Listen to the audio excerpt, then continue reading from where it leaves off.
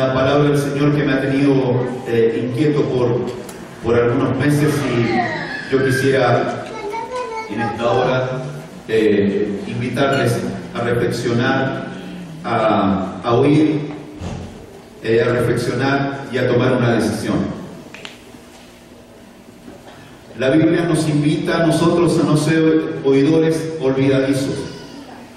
La Biblia nos invita a nosotros a no ser reflexionadores perpetuos, permanentes. Tenemos que tomar decisiones. En la Biblia, hermanos, el pertenecer a una casa era muy, pero muy importante. La casa de David tenía una connotación importante. La casa de Saúl también la tenía, pero en un sentido distinto. El pertenecer a una casa, ¿cierto?, le daba a aquella persona, le daba un asentamiento y le daba una proyección. El ser de una casa, ¿cierto?, tenía una relevancia importante.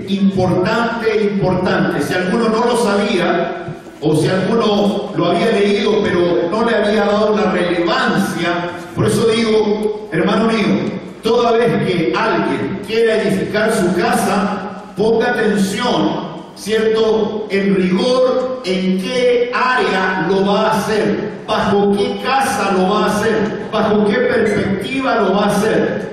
Si alguien no sabe, Jesús era de la casa, ¿de qué casa?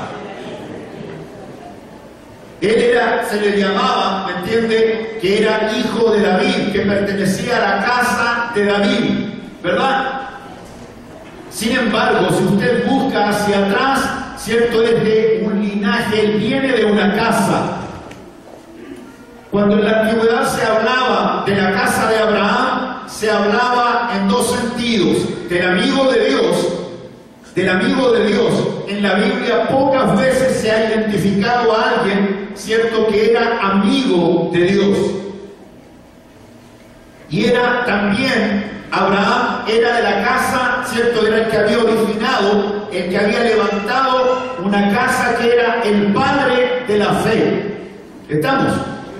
Entonces todo aquel que era, ¿me entiende?, de la casa de Abraham, y luego seguía la casa de Isaac, luego la casa de Jacob. Y con Jacob, hermanos, ¿cierto?, usted sabrá que el linaje de Dios, ¿cierto?, se desparramó por toda la historia y por toda la geografía. Y yo quisiera hablar hoy día, ¿me entiende?, acerca de la pertenencia a una casa definida. El apóstol Pedro nos recuerda en el capítulo 2 de la primera carta, ¿cierto?, de Pedro, dice que más vosotros sois linaje escogido, real sacerdocio, nación santa, pueblo adquirido por Dios. Yo no sé si usted sabe, pero por sus venas corre sangre real. No la captó entonces. No entendió para nada. Corre sangre real. Corre sangre del cielo sobre nosotros. Y eso, amados, ¿cierto?, tiene una implicancia. Yo quisiera hablar ahora de alguien que, teniendo sangre real y teniendo casa paterna y teniendo, ¿cierto?, lo que hay en casa. Quiero hacer un paréntesis, hermano. Se ha dicho en el día de hoy, la literatura, ¿cierto?, que se está escribiendo en el día de hoy, póngale atención, dice, por eso es tan relevante el pertenecer a una casa, el pertenecer a un estirpe, el pertenecer a un origen, el saber de dónde nosotros estamos arraigados. En el día de hoy se habla mucho de que la persona que nace en un ambiente saludablemente estable, ¿cierto?, es una persona que le va a ir más o menos bien en la vida. ¿Escuchó? La disfuncionalidad ¿cierto?, nos afecta, querámoslo o no. Está comprobado que los padres criados con sus hijos, que los hijos criados en un ambiente de seguridad y con sus padres, ¿cierto?, son mucho más, y discúlpenme lo que voy a decir, pero son más sanos, son más equilibrados, están más estables emocionalmente hablando y tienen mejor definidas las cosas. Iglesia, ponga atención a lo que se dice en el día de hoy y a lo que se establece en el día de hoy. Amén. Amén. Quiero leer entonces una palabra que es la que me ha venido remeciendo, ¿cierto?, por algunos meses y no puedo salir de ahí y quisiera, ¿me entiende?, compartirla con ustedes. El doctor Lucas escribe en el capítulo 15, ¿cierto?, acerca de un evento, acerca de un hecho. Y quiero hablar en el día de hoy acerca de la importancia, y más que la importancia, la determinación que tiene el hecho de estar en la casa del Padre. Y todos los problemas que hay y que se acarrean cuando uno sale de la casa del Padre. Estar en la casa paterna, hermanos, tiene una tremenda bendición. Y quiero que lea conmigo la hermosa y potente palabra de Dios que está registrada allí en Lucas capítulo 15, en un relato que usted debe haber escuchado muchas veces, que dice relación con la parábola del hijo pródigo. Este relato enfatiza la importancia, la relevancia, la determinación y la proyección que tiene el estar en la casa del Padre, y todos los peligros y todas las desventuras y todos los acorralamientos y todas las indignidades que hay cuando uno no está en casa del Padre, aún teniendo sangre real. Dice la palabra del Señor, y les voy a invitar a ponerse en pie en esta hora en el nombre del Señor. En Lucas capítulo 15, verso 11 en adelante, dice de la siguiente manera: padres, madres y todos los que tienen alguna proyección, todos los que tienen hogares, todos los que pertenecen a un hogar, pongan atención. Pongamos atención, me involucro, pongamos atención a lo que hay aquí en la riqueza, ¿me entiende?, que hay aquí en esta poderosa palabra del Señor. Amén. Dice, también dijo, ¿quiere leer conmigo? También dijo, un hombre tenía 2 hijos, y el menor de ellos dijo a su padre: Padre, dame la parte de los bienes que me corresponde. Y le repartió los bienes. No muchos días después, juntándolo todo, el hijo menor se fue lejos a una provincia apartada, y allí desperdició sus bienes viviendo perdidamente. Cuando todo lo hubo malgastado, vino una gran hambre en aquella provincia y comenzó a faltarle. Y fue y se arrimó a uno de los ciudadanos de aquella tierra, el cual envió a su hacienda para que apacentase cerdos, y deseaba llenar su vientre de las algarrobas que comían los cerdos, pero nadie le daba. Volviendo en sí, dijo: ¿cuántos jornaleros en casa de mi padre tienen abundancia de pan, y yo aquí perezco de hambre? Me levantaré e iré a mi padre y le diré: Padre, he pecado contra el cielo y contra ti. Ya no soy digno de ser llamado tu hijo. Hazme como uno de tus jornaleros. Y levantándose, vino a su padre. Y cuando aún estaba lejos, lo vio su padre.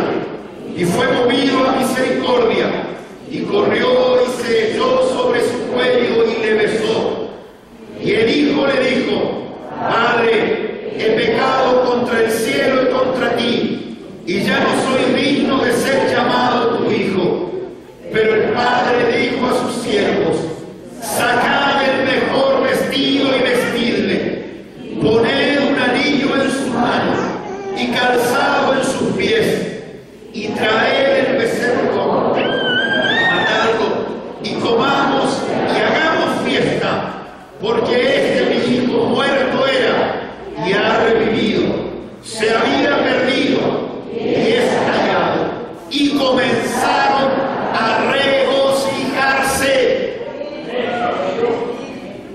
Padre, que el cielo ponga un sello sobre nuestra vida hoy. Que el cielo se abra para calar profundo en nuestra existencia hoy. Que la revelación poderosa del Verbo encarnado a través de tu palabra, Señor, fluya con poder y con autoridad en esta mañana. Al que no entendía, que entienda. Y al que entiende un poco, Señor, que entendamos un poco más.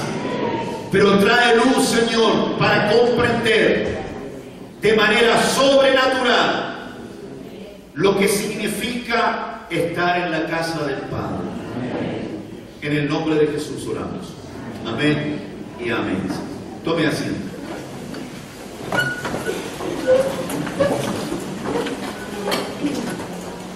De manera casi romántica, al leer esta palabra, seguramente no existe hombre de Dios, mujer de Dios, que esté ligado a la iglesia, que esté ligado a las familias, ¿cierto?, de la congregación o alguna cosa por el estilo, que no haya oído, ¿entiende?, la lectura de esta palabra.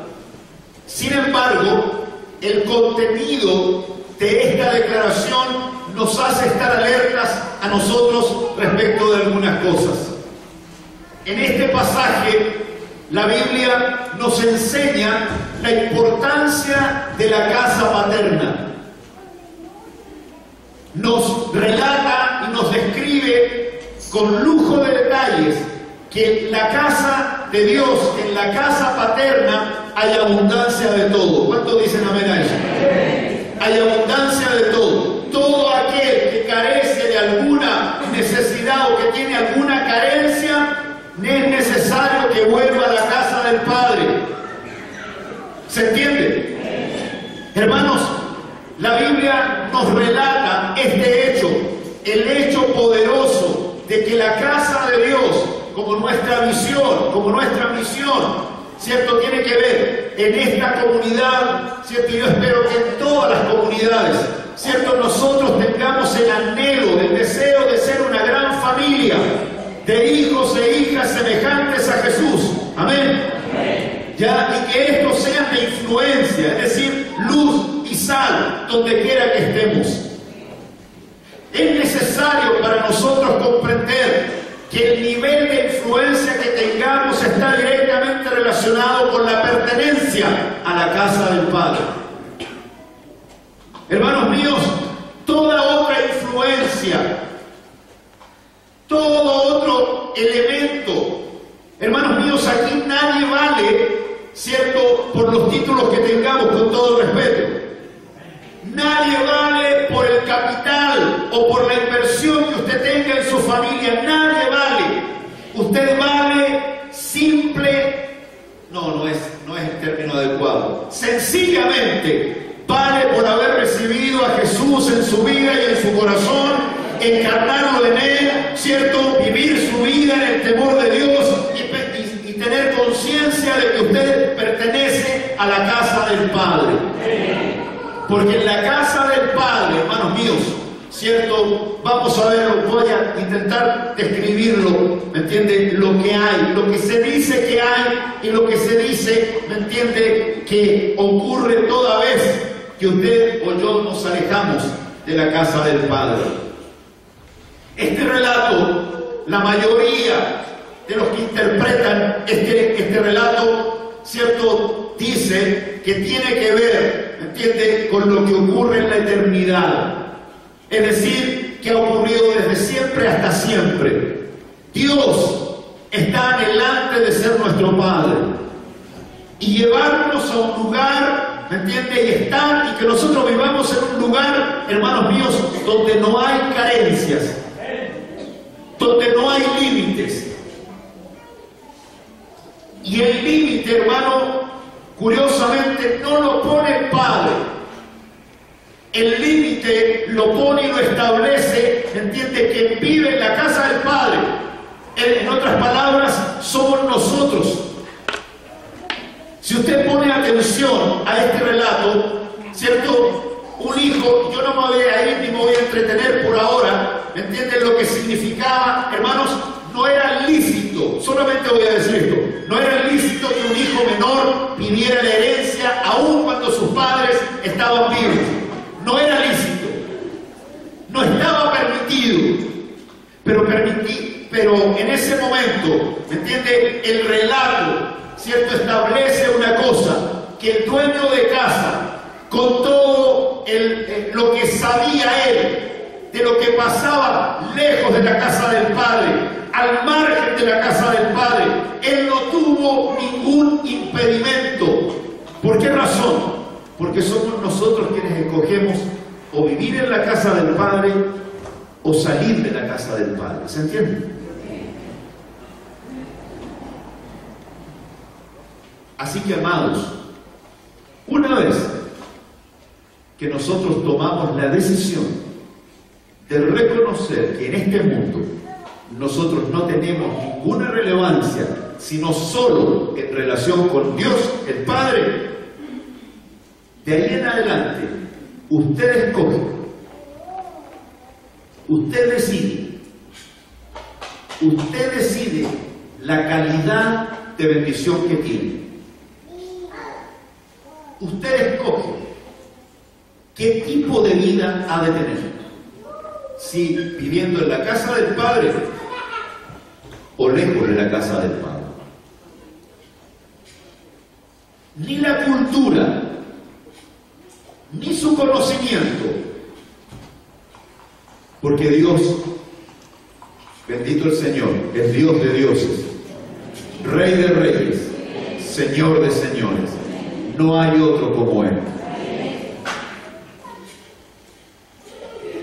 Por eso, amados, es tan importante leer con entendimiento la poderosa palabra de Dios. Y relata y dice que había un hombre que tenía 2 hijos. Y en este relato, ambos hijos tienen una participación. Pero se pone un énfasis, ¿me entiende?, en el hijo menor, que no tenía derecho alguno hasta ese momento de pedir herencia, pero él la pidió. No tenía derecho alguno de tomar decisiones, pero él las tomó. No tenía derecho, hermanos, no tenía derecho a pedir, a vivir como él vivió, pero él escogió vivir de esa manera. Y dice que él